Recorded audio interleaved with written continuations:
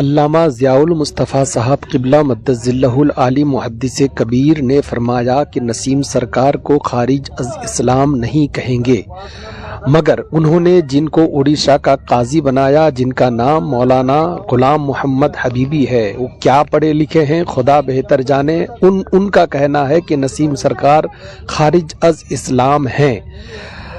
اور یہ بات بھی آپ کو میں واضح کر دوں، نسیم سرکار کو خارج از اسلام اور کافر کہنے کے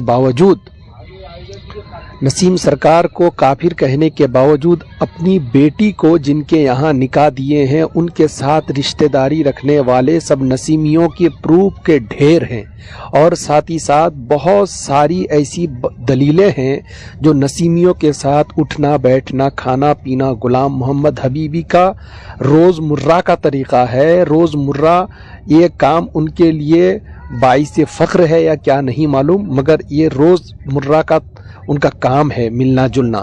اب آپ خود بتائیے، جو آدمی کسی املی کو کہے کہ جو املی کے بارے میں کہے کہ املی کھانے سے دانت کھٹے ہو جائیں گے تو مت کھاؤ، اور وہی املی کو اگر وہ خود کھائے تو کیا اس کے دانت کھٹے نہیں ہوں گے؟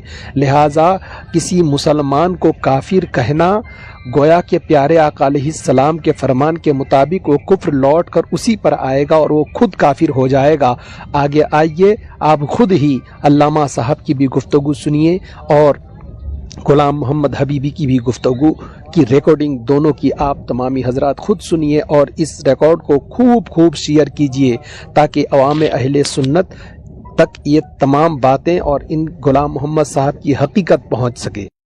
السلام علیکم ورحمۃ اللہ وبرکاتہ۔ وعلیکم السلام۔ حضرت میرا نام محمد منیر الاسلام خان جامعی ہے۔ میں پانسپورہ کا رہنے والا ہوں، اور مولانا فضل اللہ امجدی ہے جو میں بھی امجدیہ میں پڑھا ہوں، وہ ہمارے ماموں ہیں مولانا فضل اللہ امجدی۔ کوئی ایک مسئلے کے لیے فون کیا تھا، جو نسیم سرکار کے بارے میں یہاں پر جو بہت زیادہ بات ایک دم اتنا زیادہ بگڑ کے ہے، وہ سوچ سے باہر ہے۔ سارے لوگ آ کر پوچھ رہے ہیں کہ کفر فقہی کے تعلق سے ان کو خارج از اسلام کہیں گے یا نہیں، تو میں بولا کہ یہ سب بارے میں ہم لوگ کیا بات کریں گے، بڑے لوگ جو کہیں گے وہی ہم لوگوں کے لیے مشعل راہ ہے، ہم لوگ اس میں اپنے طرف سے کچھ بھی نہیں کہہ سکتے ہیں۔ تو وہی بات کے لیے فون کیا تھا حضرت۔ تو یہ آل رسول صاحب کو جب پوچھا گیا تو اس نے کہا کہ ہرگز خارج از اسلام نہیں ہے، اور پھر دوسرے لوگ بھی سب کیا کیا بات کہے ہیں۔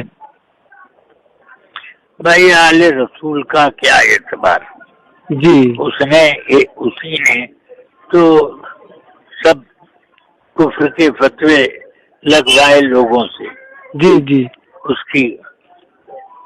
اس کی طرف وہ سب باتیں منسوب کی جی جو،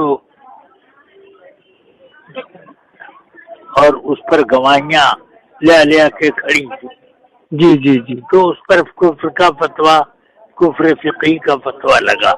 جی اب مگر میرے سامنے اس وقت کئی طرح کی باتیں آئی ہیں۔ جی ایک بات یہ آئی جی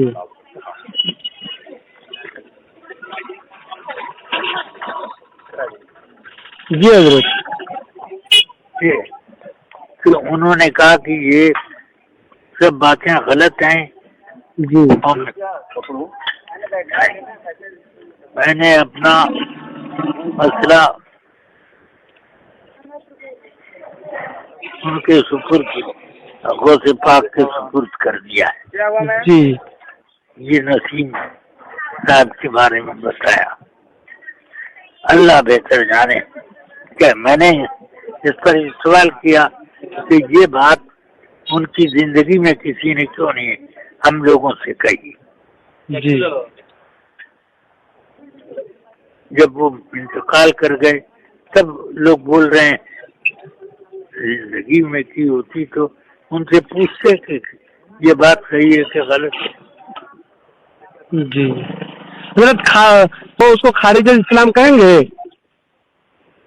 کہیں گے مگر خارج از اسلام نہیں کہیں گے بولے تو مسلمان ہے اس کا مطلب؟